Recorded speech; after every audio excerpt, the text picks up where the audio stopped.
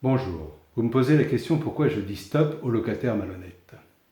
Je vais vous raconter mon histoire tout simplement.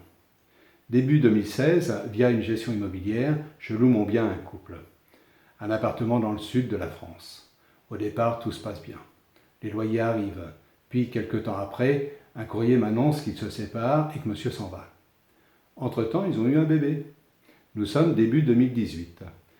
Et très vite, je m'aperçois que les loyers ne sont plus réglés. J'appelle le syndic gestionnaire qui tente de me rassurer qu'ils vont faire donc le nécessaire. 3 mois plus tard, rien. Je les rappelle. Ils me redisent qu'ils vont intervenir. J'arrive, entre-temps cependant, à récupérer le numéro de ma locataire. Je l'appelle, lui demande de régler au plus vite ses loyers en retard. Elle m'a dit qu'elle est dans une situation difficile, mais que tout va bientôt rentrer dans l'ordre, qu'elle attend l'accord de la CAF, qu'elle est sur le point d'avoir un nouveau travail, etc., etc. Je reste compréhensif et lui demande de me tenir informé. Erreur. 3 mois plus tard, rien, aucune nouvelle. Je rappelle donc ma locataire, lui indiquant qu'elle exagère et qu'il fallait absolument régler au plus vite cette situation. Elle m'informe qu'elle est sur le point de régler tout le problème. Je reste cependant sceptique après ce coup de fil. Effectivement, 3 mois après, plus rien, toujours rien.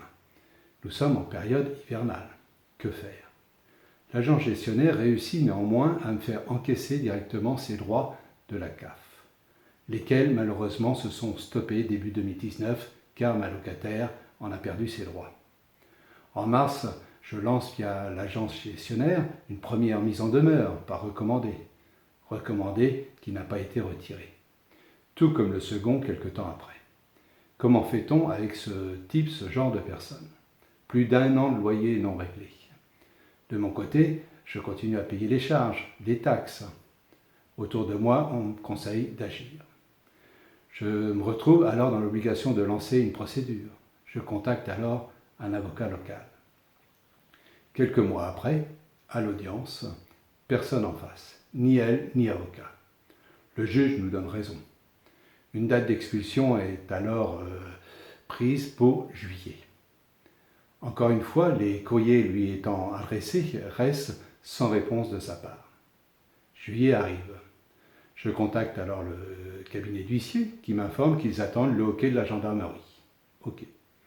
Le temps passe. Fin août. Rien. Je prends alors contact avec le service concerné de la préfecture, qui m'informe qu'ils ont 15 jours pour répondre, dépassant la date retenue par le juge. Là, je commence à avoir du mal à comprendre comment fonctionne la justice française. Bref. Mi-septembre, toujours rien. Je reprends alors contact avec la préfecture, qui cette fois-ci m'informe qu'ils ne sont pas obligés de répondre tout de suite, qu'ils peuvent aussi décider de ne pas y répondre s'ils estiment que cette démarche n'est pas justifiée envers la locataire. C'est-à-dire que s'ils estiment que ma locataire se trouve dans le droit de rester, ils ne répondront pas à la demande de l'huissier. Je vous assure que c'est vrai.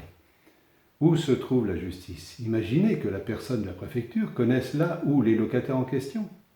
Attends, on marche vraiment sur la tête en France. Je l'ai supplié par courrier. Je les ai rappelés à plusieurs reprises avec l'aide du cabinet d'huissier. La période hivernale du 1er novembre arrive. Nous sommes fin septembre. Surprise. Mi-octobre passé, une réponse par mail arrive enfin chez l'huissier. Un rendez-vous est pris pour fin octobre.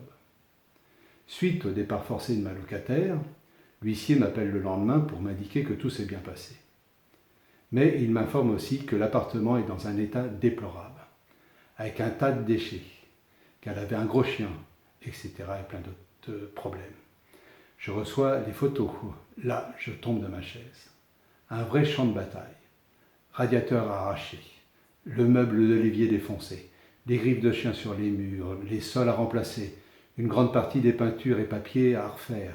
Tout était esquinté, abîmé. Pire que dans les films. J'ai dû organiser une belle entière pour débarrasser l'appartement. Résultat, 2 ans de loyer perdu à raison de 500 € mensuels. Faites le calcul. Sans parler des coûts de l'avocat et de l'huissier. Normal cependant. Des frais de remise en état estimés à 5 000 €. Sans parler des tracas qui me réveillent la nuit et qui m'ont pesé très lourd psychologiquement. Il faut rappeler que dans tous ces cas, que les propriétaires continuent à rembourser l'emprunt, à payer les taxes foncières, les charges, etc. Ma réflexion. J'aimerais dire à tous ceux qui pensent que les personnes qui investissent dans un second bien immobilier, à un moment de leur vie, souvent pour préparer un complément pour leur retraite ou pour aider leurs enfants, que ces personnes ne sont pas toujours millionnaires, juste des personnes qui ont économisé pour construire un avenir. Je ne suis pas fier d'avoir procédé de cette manière, mais quand on est au pied du mur, avec ce type de personnes, ces gens de mauvaise foi, qui ne respectent rien, voire malhonnêtes, comment faire? J'aimerais également transmettre un message à toutes les associations qui défendent les locataires. Qu'il y a aussi des locataires abusifs, malhonnêtes comme je viens de le dire, qui ne méritent pas d'excuses et qu'il y en a plus qu'on le dit. Il serait grand temps de créer une liste noire des mauvais payeurs, de tous ces payeurs abusifs et malhonnêtes. Il serait temps aussi d'avoir un peu de compassion et de protéger les bailleurs privés et pas systématiquement les locataires. Pour terminer, il serait enfin temps aussi d'avoir un peu plus de respect envers les petits propriétaires privés et d'arrêter de les traiter de nantis.